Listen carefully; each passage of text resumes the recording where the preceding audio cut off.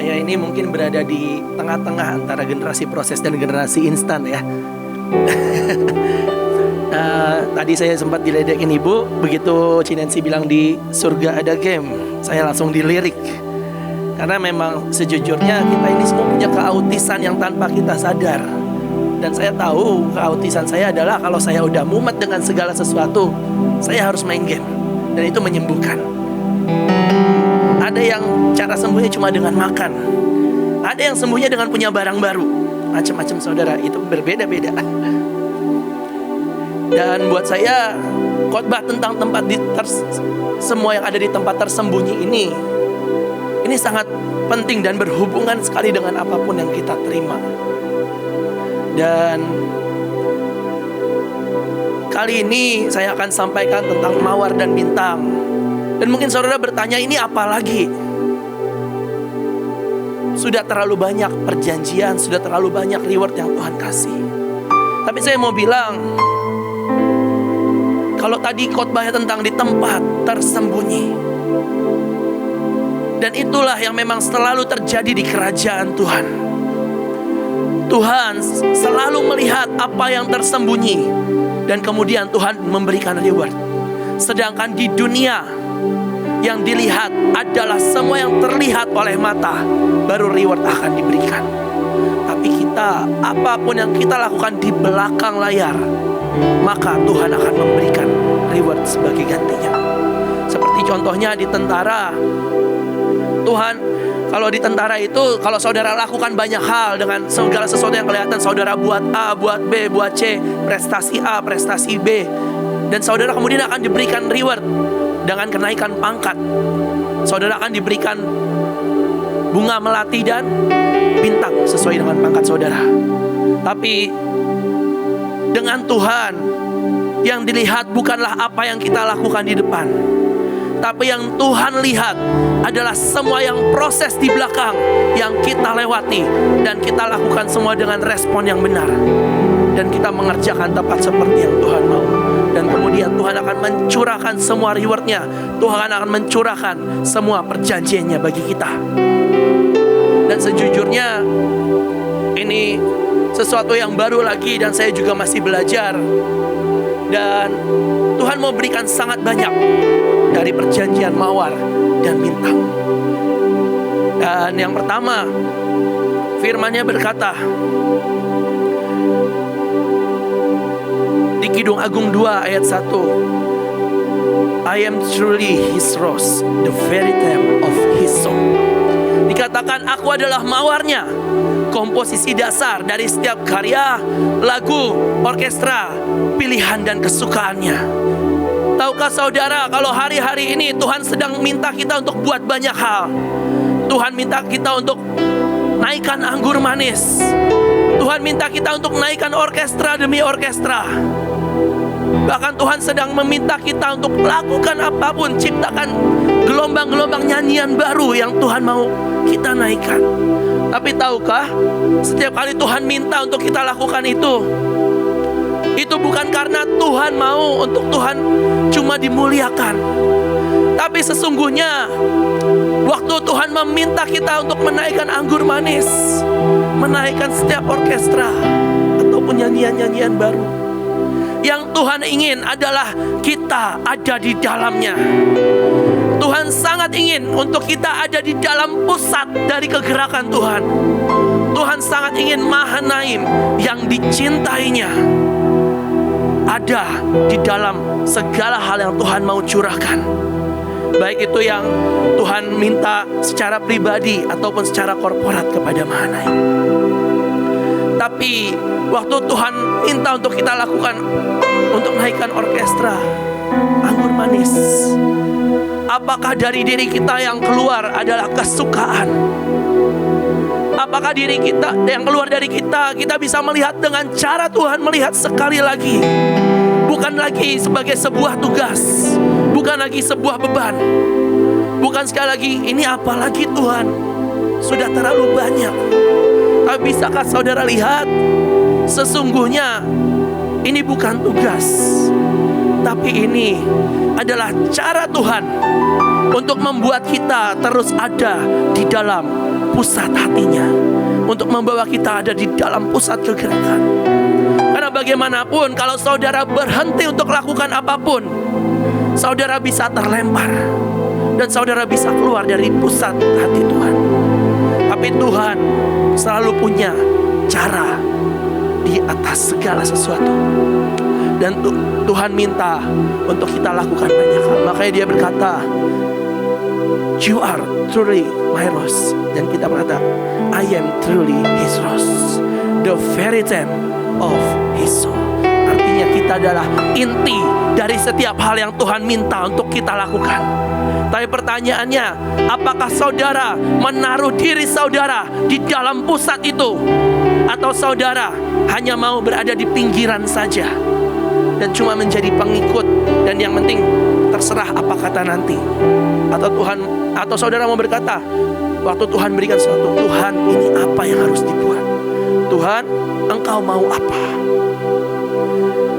Tapi yang kedua, betapa ajaibnya waktu Tuhan jadikan kita mawarnya.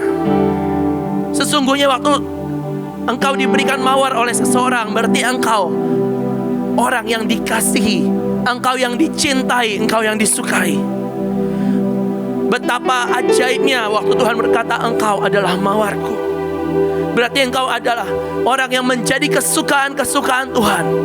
Mahanaim menjadi mawar yang terus berbau harum di hadapan Tuhan. Ataukah hidup kita mengeluarkan bau yang tidak enak, yang busuk, yang memuakkan hati Tuhan? Ini menjadi sebuah pertanyaan.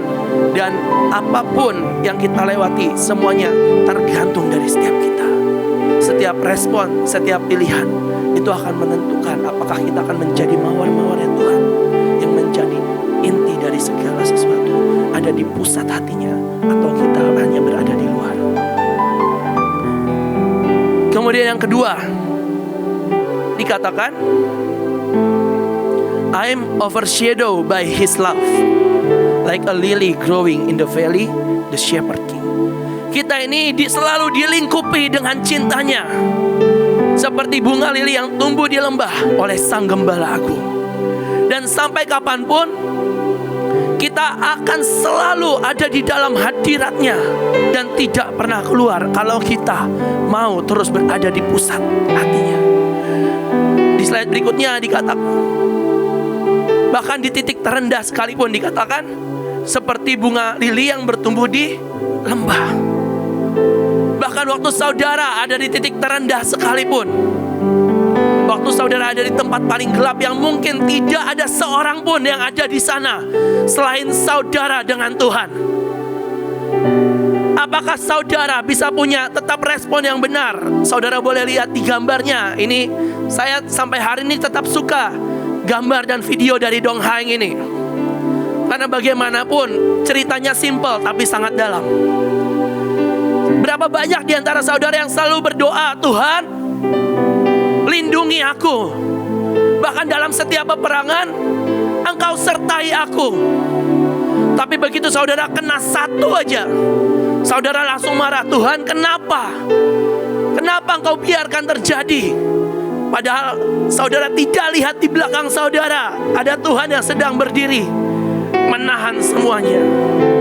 Dan seringkali saat Tuhan sudah lakukan semuanya, Tuhan lagi yang harus minta maaf kepada saudara dan berkata, "Nah, maaf, aku lewatin satu dan engkau kenal lagi." Tapi kita cuma pilih marah, marah dan marah. Padahal Tuhan dengan segala cintanya, Dia mencoba untuk melingkupi kita, menuduki kita, dan menaungi kita.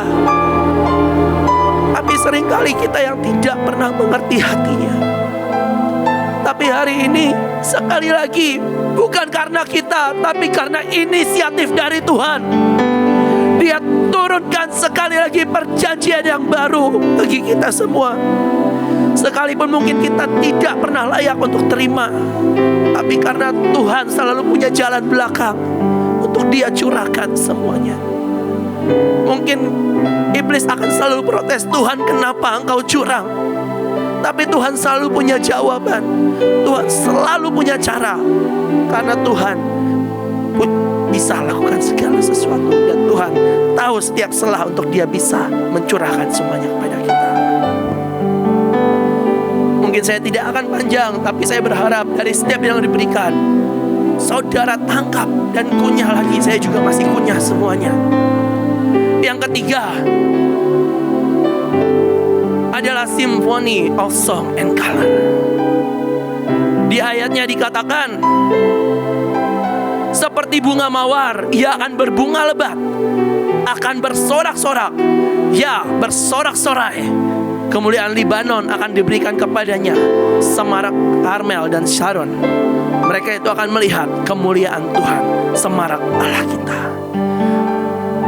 Mungkin berapa banyak di antara kita yang hari ini saudara adalah bunga-bunga yang masih kuncup dan belum bertumbuh.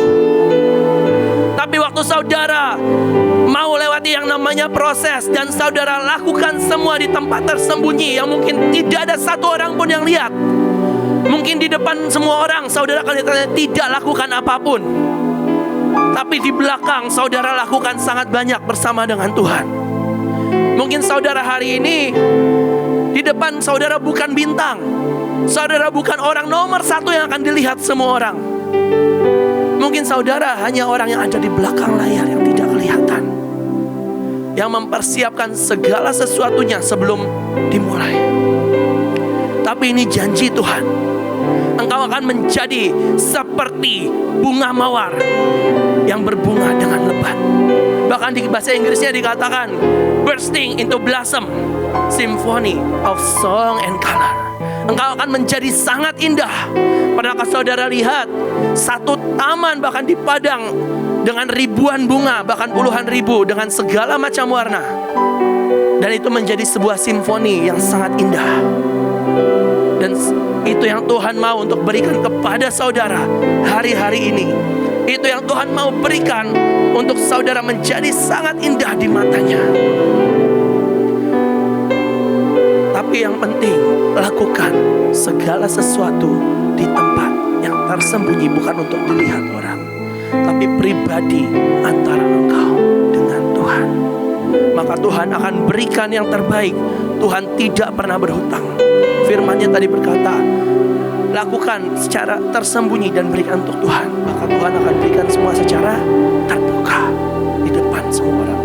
Makanya kalau ibu khotbah, Joshua khotbah atau siapapun, segala sesuatu yang saudara lakukan itu bisa kelihatan dengan apa yang saudara terima yang dari Tuhan. Kalau saudara tidak buat apapun, saudara tidak terima apapun. Tapi kalau saudara lakukan apapun bersama dengan Tuhan, saudara lakukan dengan ketaatan aja, itu saudara bisa terima sangat banyak. Kemudian yang keempat, ini yang ajaib. Engkau akan jadi God's beloved. Dan ayatnya berkata, Benjamin, God's beloved, God's permanent residence, encircled by God all day long, with whom God is at home. Saudara, dan seringkali ini menjadi pertanyaan, apakah Tuhan bisa merasa ada di rumah saat bersama dengan saudara? Atau saat bersama dengan saudara, Tuhan merasa ada di tempat lain yang tidak Tuhan kenal? Saudara tahu ya bedanya kalau saudara ada di rumah sendiri dengan saudara ada di tempat lain atau di tempat orang lain.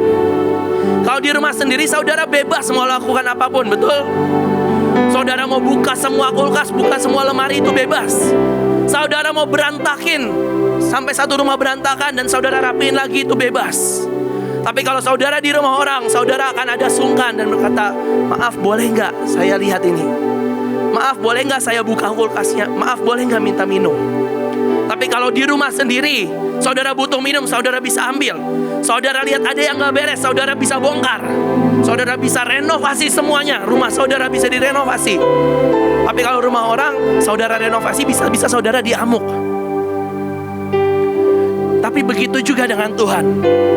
Kalau Tuhan bisa feels at home dengan saudara, maka Tuhan akan bisa sangat berterus terang dengan saudara. Kalau Tuhan merasa bersama dengan saudara seperti di rumah, maka Tuhan akan sangat bebas untuk membongkar hidup saudara. Dan Tuhan tidak akan ragu-ragu, karena waktu Tuhan bongkar hidup saudara, yang keluar adalah yang manis, yang keluar ada yang harum.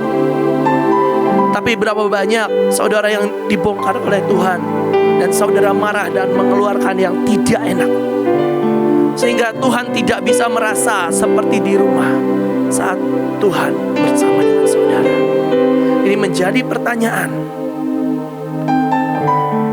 apakah kita bisa menjadi rumah, tempat di mana Tuhan bisa merasa di rumah saat bersama dengan kita? Apakah waktu bersama dengan kita Tuhan bisa mencurahkan semuanya? Tuhan bisa menceritakan hatinya, semua rencana Tuhan, semua hitungan Tuhan untuk apapun yang terjadi? Atau Tuhan memilih untuk berpura-pura dengan saudara, dan Tuhan harus bermulut manis dengan saudara? Atau Tuhan bisa ceritakan semuanya, bahkan semua yang terbaik, yang terburuk yang mungkin terjadi, dan Tuhan bisa bongkar hati saudara, bongkar hidup saudara. Jangan sampai Tuhan memutuskan untuk mundur selangkah demi selangkah demi selangkah dari hidup saudara, karena pada saat bersama saudara Tuhan merasa tidak nyaman. Tuhan merasa Tuhan gak bisa buat apapun kok. Atau waktu saudara bersama dengan Tuhan, Tuhan dengan sangat bebas lakukan apapun. Kemudian selanjutnya dikatakan encircle. Dikatakan encircle by God all day long. Kalau saudara lihat bunga mawar ini terdiri dari sangat banyak kelopak yang terus bertumpuk-tumpuk dan bertumpuk-tumpuk. Dan kalau saudara ada di dalam Tuhan, saudara akan dilingkupi dengan sangat-sangat banyak lapisan demi lapisan. Dan yang saya tangkap ini hampir mirip seperti perjanjian selongsong yang Tuhan berikan kepada Pak Yusak. Sehingga apapun yang dari luar yang coba iblis masukkan itu tidak akan bisa, karena ada perjanjian yang melingkupi saudara all day long. Sepanjang hari tidak ada satupun celah. Saudara akan dilingkupi oleh Tuhan, oleh perjanjiannya, seperti perjanjian selongsong yang Tuhan berikan kepada Pak Yusak. Itu melingkupi, itu menjamin, itu menjagai seumur hidupnya. Dan waktu saudara terima ini, Tuhan sendiri yang akan melingkupi hidup saudara sepanjang hari. Maka apapun yang saudara lakukan bersama dengan Tuhan, dalam segala hal engkau tidak perlu takut. Karena apa? Karena ada perjanjiannya yang melindungi saudara. Yang selanjutnya adalah berkat dari bintang. Sebenarnya masih sangat banyak, nanti saudara bisa pelajari dan cari lagi. Ini baru sebagian saudara. Dan saudara jangan puas dengan yang ada di sini. Saya berharap saudara gali lagi, lebih dalam lagi, karena sangat banyak. Karena begitu saudara puas, saudara hanya akan terima segitu saja. Yang pertama, bintang adalah menerima kuasa. Dikatakan, sejak ia memberikan kuasa dalam rumahnya dan atas segala miliknya kepada Yusuf, Tuhan memberkati rumah orang Mesir itu karena Yusuf, sehingga berkat Tuhan ada atas segala miliknya, baik yang di rumah maupun yang di ladangnya. Kemudian dikatakan segala miliknya diserahkan pada kekuasaan Yusuf. Dan saudara adalah bintang-bintang yang Tuhan angkat untuk rule the world. Saudara adalah orang-orang yang terima perjanjian bintang. Waktu Rock of Covenant kita baru saja terima perjanjian bintang. Dan saudara akan terima kuasa untuk memerintah atas seluruh dunia. Dan dikatakan segala miliknya akan diserahkannya. Artinya seluruh dunia akan menyerahkan semuanya kepada Mahanaim, kepada anak-anak Tuhan. Dan bagian saudara adalah mempersiapkan diri saudara, sehingga waktu segala sesuatu diserahkan kepada saudara, saudara bisa mengelolanya.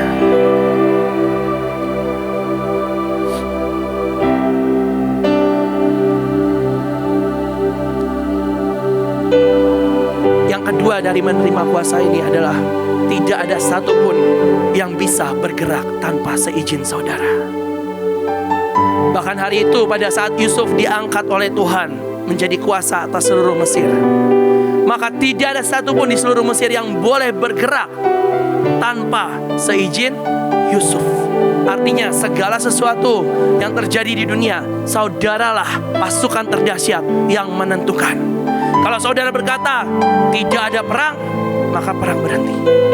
Kalau saudara berkata undang-undang kesehatan tidak boleh diberlakukan, maka itu yang akan terjadi.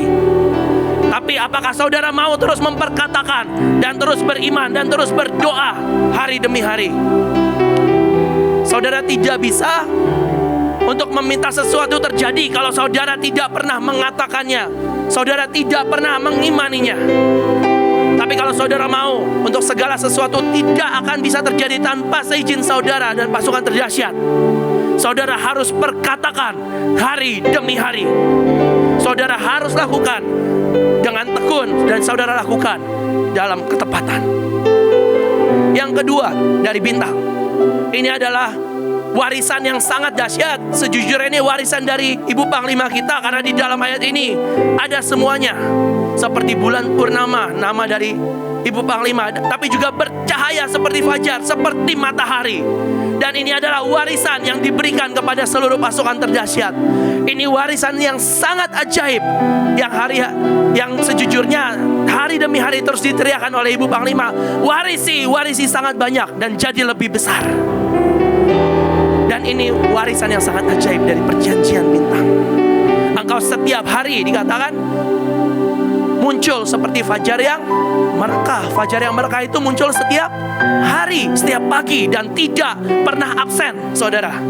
Artinya saudara akan terus bersinar dan tidak pernah redup. Kalau saudara redup, maka orang-orang di sekelilingmu juga akan redup. Tapi engkau terima perjanjian ini, engkau akan seperti laksana fajar yang merekah. Terus bersinar, menerangi dunia, menerangi segala sesuatu aja yang ada di sekeliling saudara. Kemudian yang berikutnya dikatakan army with banners. Engkau akan dilengkapi dengan semua senjata-senjata yang terbaik. Engkau akan diberikan senjata-senjata yang baru, karena bagaimanapun Mahanaim di sini adalah gudang semua persenjataan, semua senjata-senjata yang terbaik, yang terbaru, yang bahkan iblis gak punya, kita punya. Karena kita terima semua dari Tuhan, dan segala warisan itu diberikan dengan sangat dahsyat kepada kita. Dan selalu ada jaminan kemenangan, karena waktu kita angkat panci demi panci, itu adalah panci kemenangan yang Tuhan berikan kepada kita. Dan kita akan terus mengorbit dan tidak pernah keluar. Stars in procession. Saudara akan terus ada di orbitnya Tuhan. Saudara akan terus beredar dan tidak pernah berhenti, membawa lawatan, membawa kemenangan demi kemenangan, menghentikan perang, menghentikan badai, menghentikan semua sakit penyakit dan semua rencana iblis. Kemudian yang terakhir, ini terakhir tapi bukan terakhir dari berkatnya ya saudara, masih sangat banyak. Engkau akan sampai dalam kekekalan. Di Daniel 12 ayat 3 dikatakan, dan orang-orang bijaksana akan bercahaya seperti cakrawala, dan yang telah menuntun banyak orang kepada kebenaran seperti bintang-bintang, dan tetap untuk selama-lamanya. Artinya saudara akan terus ada sampai dalam kekekalan. Bahkan sampai saudara diangkat, saudara akan terus ada sampai kekekalan. Dan saudara akan kembali memerintah bersama dengan Tuhan dalam kekekalan. Tapi ini yang ajaib, saudara bisa minta hikmat kepada Tuhan untuk saudara apa? Menggembalakan sebanyak mungkin orang. Untuk saudara menjadi bintang, saudara gembalakanlah sebanyak mungkin orang. Dan kalau saudara lihat hari demi hari, dan kalau saudara perhatikan di Mahanaim belakangan ini, yang dikembangkan terus adalah bangkitkan generasi demi generasi, bangkitkan generasi demi generasi.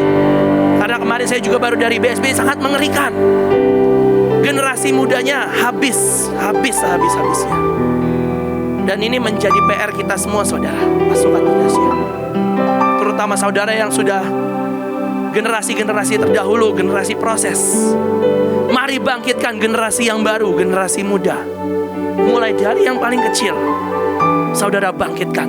Kenapa? Karena ini sudah menjadi tugas bintang-bintangnya Tuhan untuk membawa sebanyak mungkin orang menjadi bintang-bintang, menjadi penerang bagi banyak orang. Tidak ada bintang yang hanya menerangi dirinya sendiri. Tidak ada bintang yang hanya menerangi satu titik, tapi bintang itu menerangi semuanya. Bayangkan kalau matahari hanya menerangi dirinya sendiri, maka seluruh bumi akan gelap.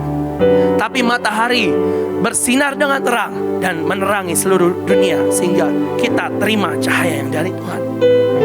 Kemudian saudara akan meradiasi sampai selama-lamanya. Tapi untuk menjadi sampai dalam kekekalan dan meradiasi sampai selama-lamanya, saudara tidak bisa hanya diam. Untuk bintang itu bisa terus bersinar dan semakin terang, saudara harus mengalami yang namanya fusi. Dan fusi itu,